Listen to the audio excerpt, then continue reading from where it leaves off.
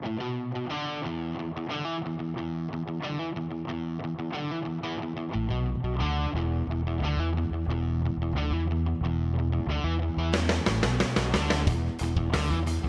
now we're just going to look at a few general principles that will hold true across the tape.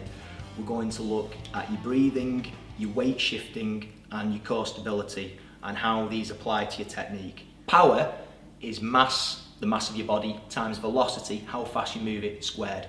That's the physics lesson over. Basically, I can't change the mass of my body in the next 2 seconds, but I can affect the velocity, the speed.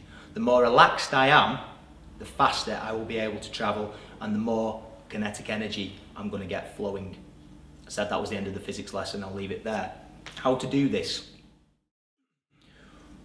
As I mentioned previously on the stance, I'm always going to be moving forwards and through my target, travelling with my whole body's weight as opposed to being sat on the back foot. If I am looking to find range or I'm working evasively, I'm moving away as an opponent comes in, then yes, my weight will be on the back foot. Any techniques I'm throwing there are more range finding or point scoring techniques, or simply adding as a distraction to enable me to move off to a better angle where I can step back in and hit more destructively with some more powerful techniques. So we talked about being relaxed so that we can generate more speed or velocity. We've talked about shifting our weight physically in terms of moving through our target with our stance. The important muscles are the muscles of the core. These are the muscles that really deliver the blow. If you think that your hand or your foot or your knee or your elbow, whichever point you're striking with, is more like a chisel, it's only making the connection with the target. And your core, your hips, your shoulders, the muscles of the torso, the glutes, massively important, and the lower back, they're your hammers. They're the ones that are actually providing the force. Firstly, the double hip motion. Anybody that's sort of trained in traditional karate for any length of time will have come across this in the basic Yakuzuki reverse punch. You don't just drive forwards and through your target, you'd actually pull your hip back and drive through. A good analogy that I use with my students, and one that, for instance, kids particularly will pick up on, is if you think of throwing a ball, how you throw a ball downfield. You would not step forward and throw a ball arm and hip together. You'd firstly shift your weight forwards and through the target on a diagonal angle. You've got your 45-degree stance there. Your hip on your throwing side would be cocked back.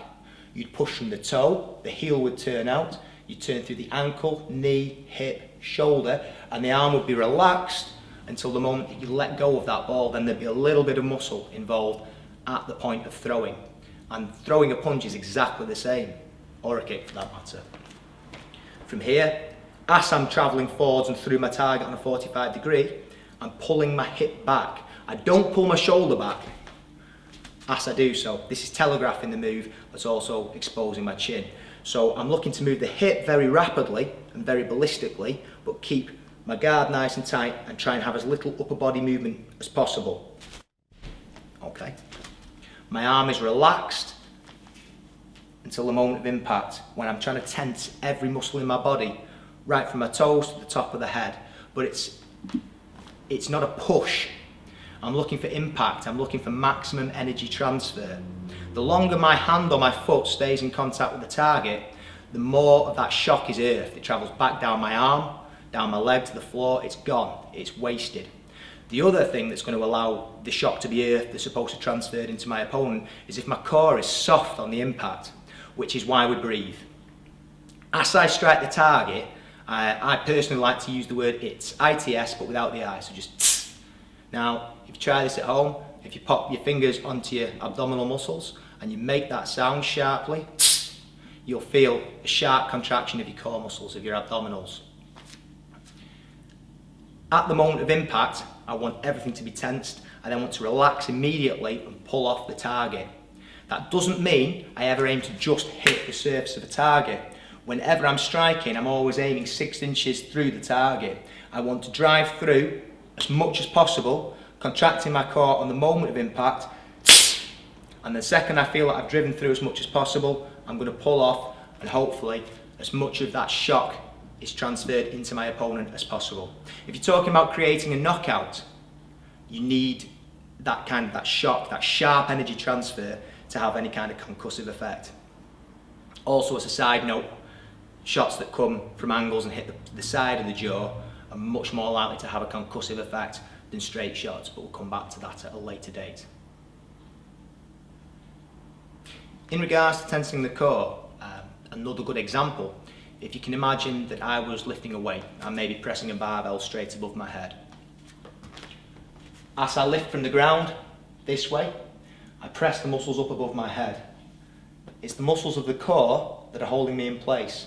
In effect, what I'm doing, by tensing my core muscles, I'm turning my body into a kind of a fulcrum really, against the ground that my muscles work against.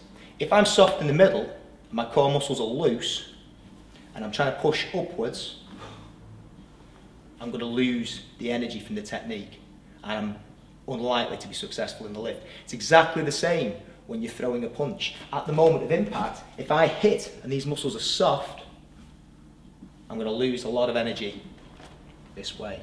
So at the moment of impact, you want to be tensed from the toe to the point of the fist or foot or knee or elbow that's making the connection. You then want to relax immediately and pull away as fast as possible to try and get that energy transferred. That's a general rule. We do strike differently at times.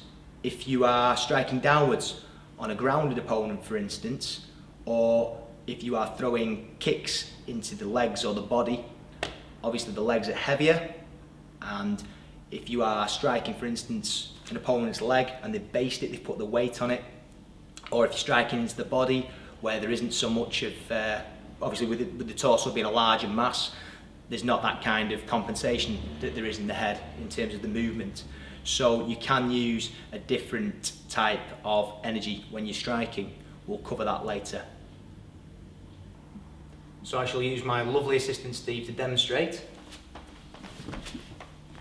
If I've managed to get this kind of a position during a match and I am able to strike down, I don't want to be pulling off the same way on my feet. Basically, especially if his head's in contact to the ground and I connect, the shock will still earth, but the quicker route's through his head.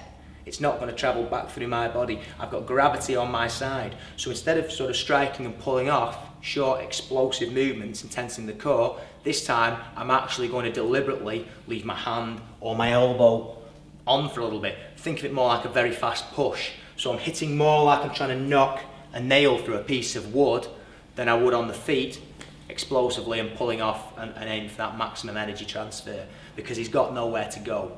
Again, from a stand-up point, if you're striking to the torso, you're striking to a leg and the opponent's got his weight on that leg, there's going to be less movement, there's going to be less body compensation, they're going to absorb more of that kinetic energy. So there isn't so much need for the pull-off. You can go with the heavier kind of limp arm, limp leg, dead weight kind of a strike.